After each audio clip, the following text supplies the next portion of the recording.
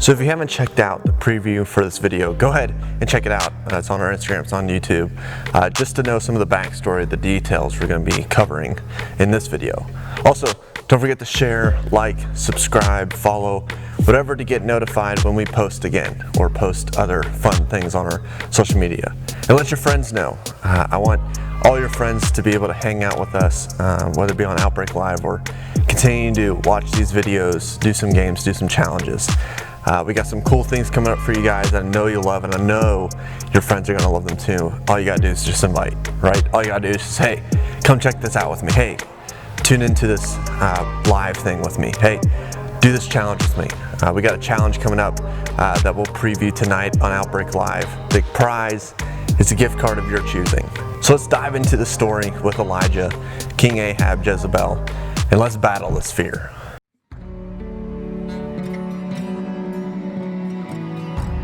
Elijah is who we're talking about. One of the GOAT prophets. I mean, this guy was awesome. He did amazing things with God. He defeated Baal through fire. He raised people from the dead. He rode out his life on a chariot of fire.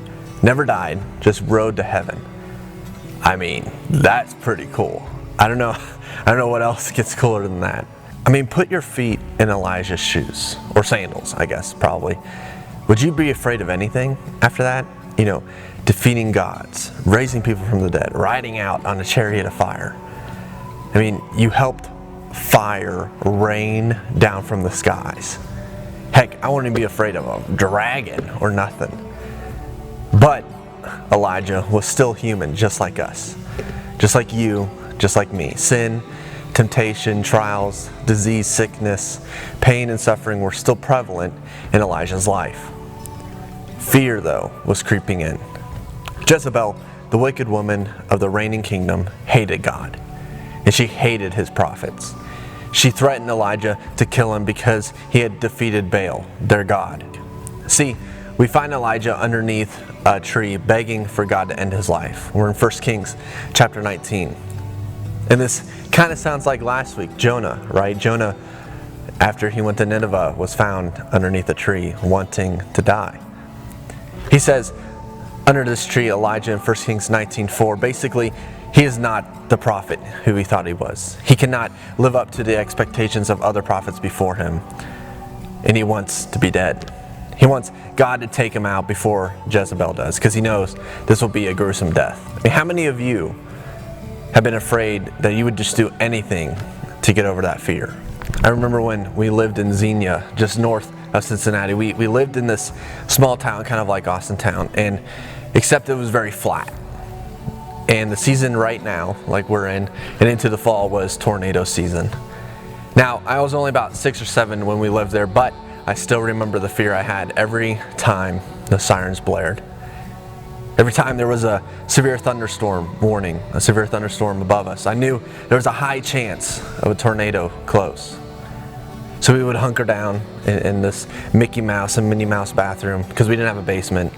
So this room, had no windows, nothing like that. I just remember always closing my eyes and covering my ears. I had no idea that at the time how safe we were. Fear was definitely taking over me. It was definitely holding me back. Maybe storms isn't your fear. That's good. Maybe heights though, snakes, spiders, bees, death, close spaces. There's so many. It cripples us, right? It makes us feel nothing else in the world matters.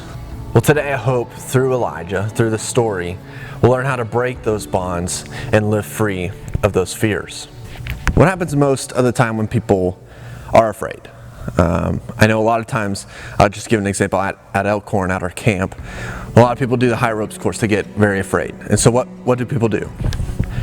They don't laugh, they don't make fun, they encourage, they cheer, they yell, they hope that people can overcome this fear, right? And I want you to know, God, He doesn't scold you. He doesn't look down on you because you're afraid, because you have these fears. See, God, with Elijah, tends to Elijah with his fear.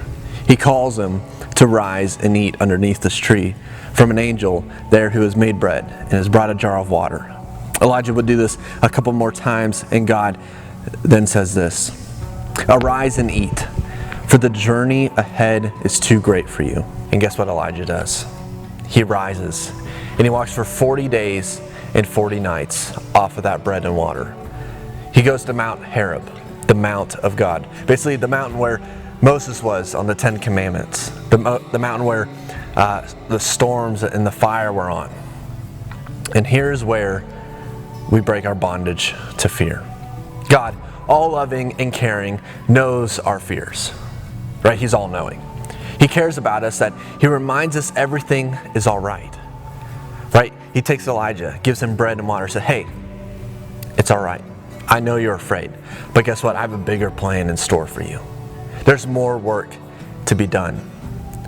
You have a journey ready to be taken." So Elijah in Mount Horeb finds this cave, and he settles in, and God asks him, "Hey, what are you doing? What are you doing, Elijah? I got a plan for you." Elijah's given up. He doesn't feel qualified. The people of Israel don't worship God, and now they want him dead. Then some major things happen.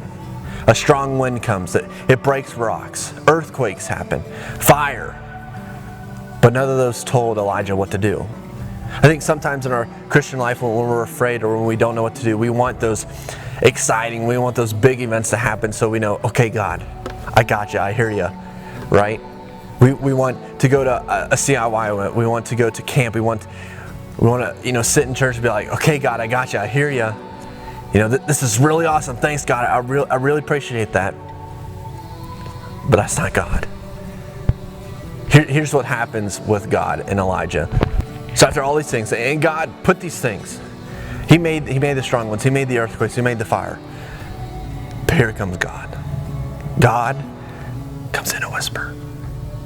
God reminds Elijah his purpose and sends him on this journey to anoint new kings and to find someone who is going to take off. And so here's God. After all these big things, after all these huge events that are probably so loud for someone in a cave, he comes in a whisper. And God reminds Elijah his purpose and sends him on this journey to anoint new kings, to find someone to take over after he is gone. God tells Elijah there are 7,000 people who do not bow down to Baal. Elijah wasn't alone in this mess. 7,000 people didn't worship Baal, and they need Elijah's message. Elijah wasn't afraid of who God was, right, or what he could do. He was afraid and didn't trust in God's plan. When we let fear creep into our lives, we let the world win. We let the devil win. When we give into God's plan for us, when we remember the 7,000 we can reach, fear has no hold on us. Jesus said this in John chapter 14, verse 27. He says this, "Peace I leave with you, my peace I give to you. Not as the world gives, do I give to you. Let not your hearts be troubled, neither let them be afraid." Receive his peace tonight. Receive God's caring love to his children. When we feel defeated, he will give us victory over everything.